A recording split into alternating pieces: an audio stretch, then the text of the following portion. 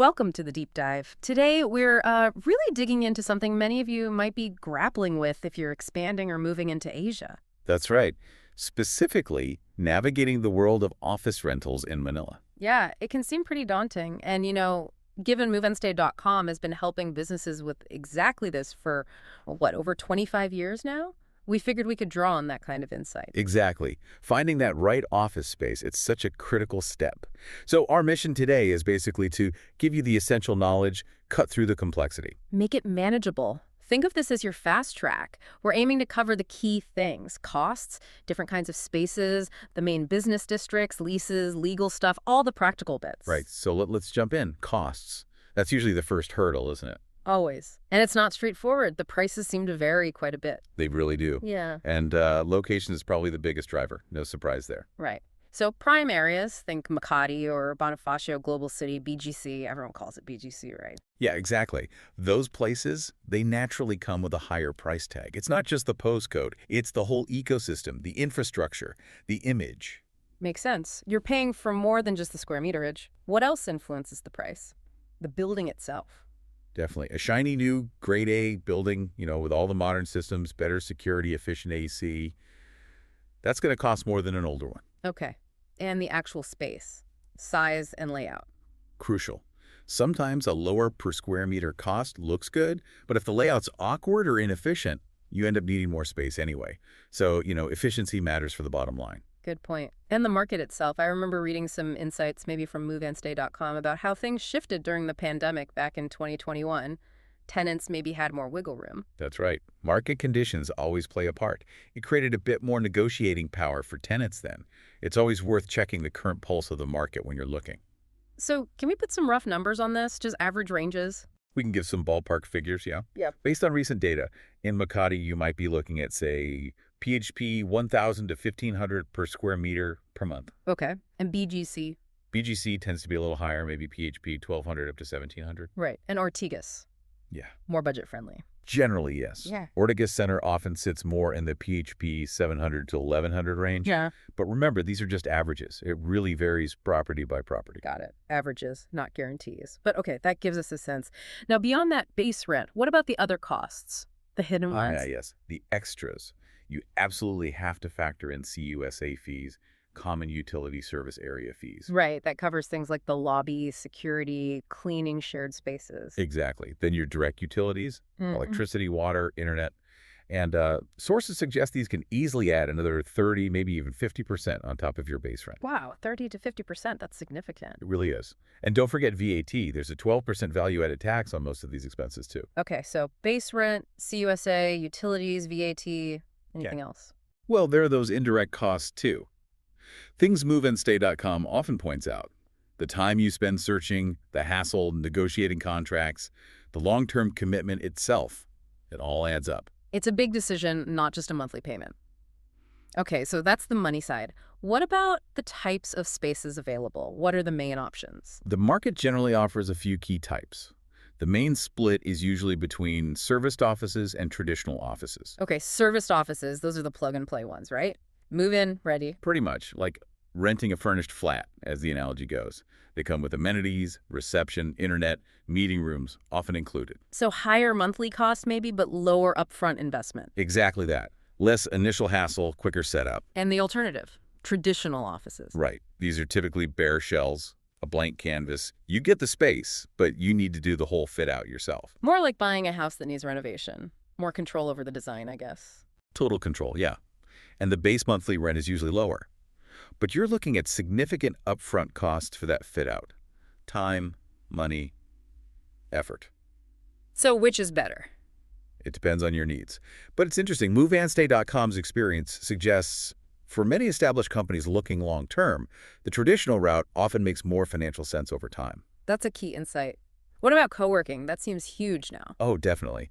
Co-working spaces offer that shared environment. Great for networking, flexibility. You often get a real community feel.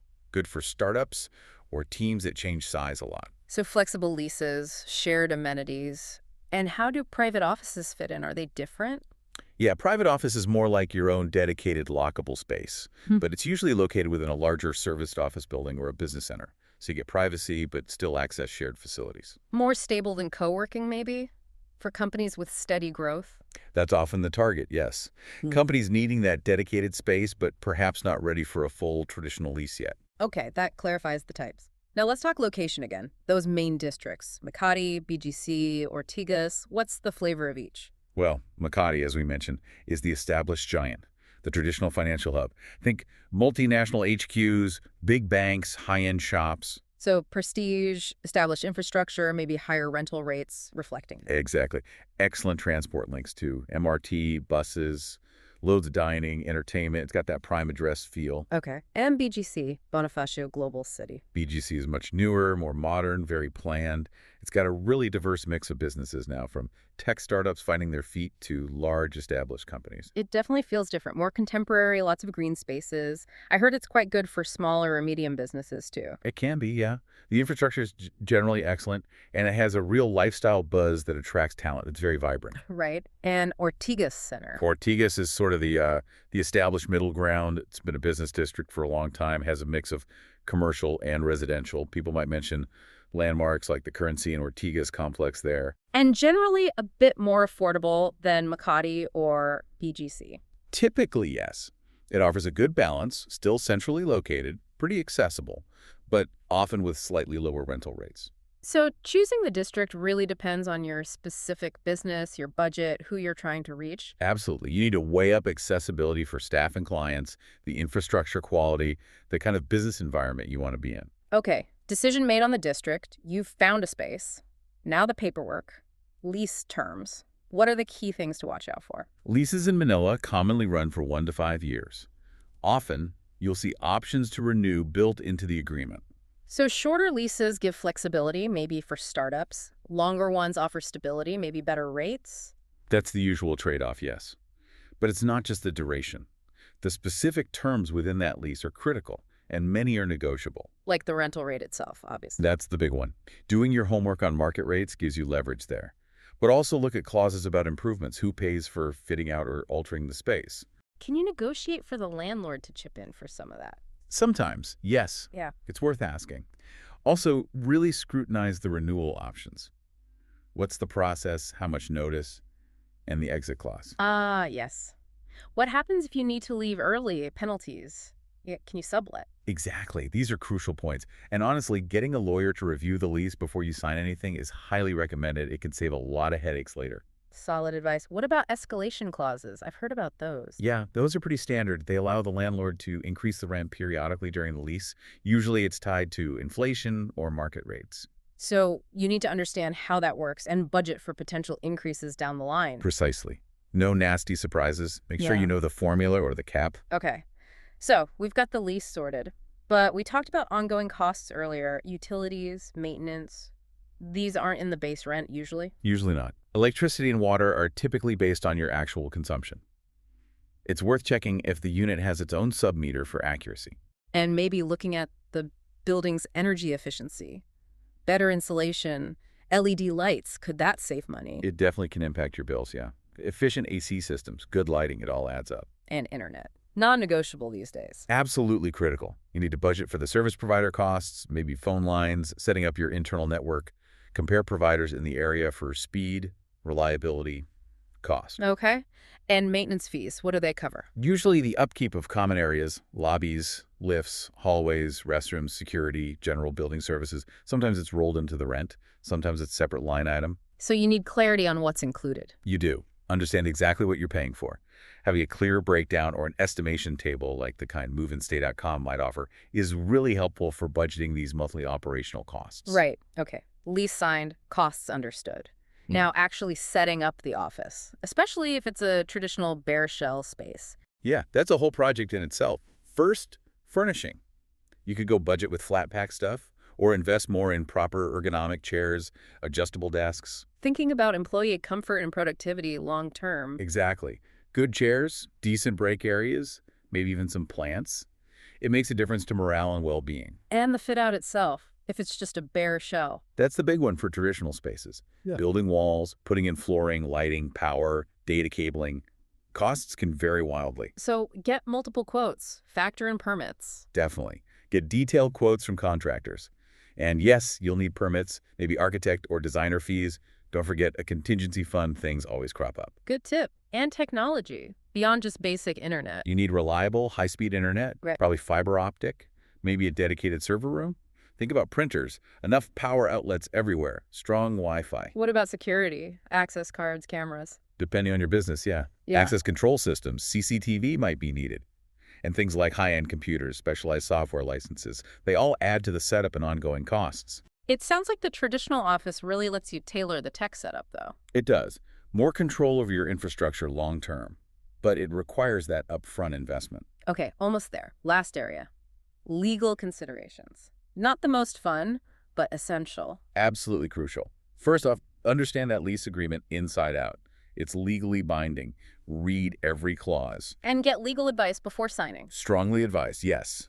Especially on things like early exit penalties, repair responsibilities, restrictions on how you can use the space. Negotiate if you need to. And beyond the lease itself, local rules. You have to comply with Manila's regulations, business permits, fire safety codes, accessibility standards, zoning laws. For instance, lease durations must be specified in the Philippines. Non-compliance can lead to fines or even shutdowns. So due diligence on local regulations is key. And taxes. Rent is usually a tax-deductible expense, which helps. But you need to handle the VAT correctly on payments. And if you make major improvements, there might be tax implications there too. So talk to an accountant familiar with Philippine tax law. Definitely recommended. Keep good records. It makes tax time much smoother. Wow. Okay, that was a really thorough deep dive. It's clear there's so much more to renting an office in Manila than just picking a spot and paying the rent. There really is. Yeah. But hopefully, we've unpacked the key things you need to consider: the costs, the types of space, the locations, the lease details, the setup, the legal bits. It's about understanding the whole package. Taking that holistic view, like you said, whether you're a big player or just starting to expand using resources like moveandstay.com, doing the research pays off. Absolutely.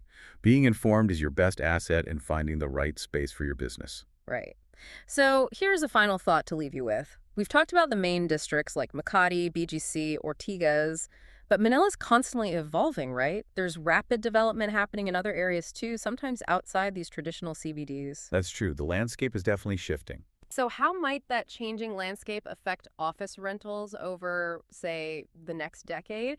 And more importantly, what kind of new opportunities might that open up for businesses like yours? Something to ponder as you plan your next move.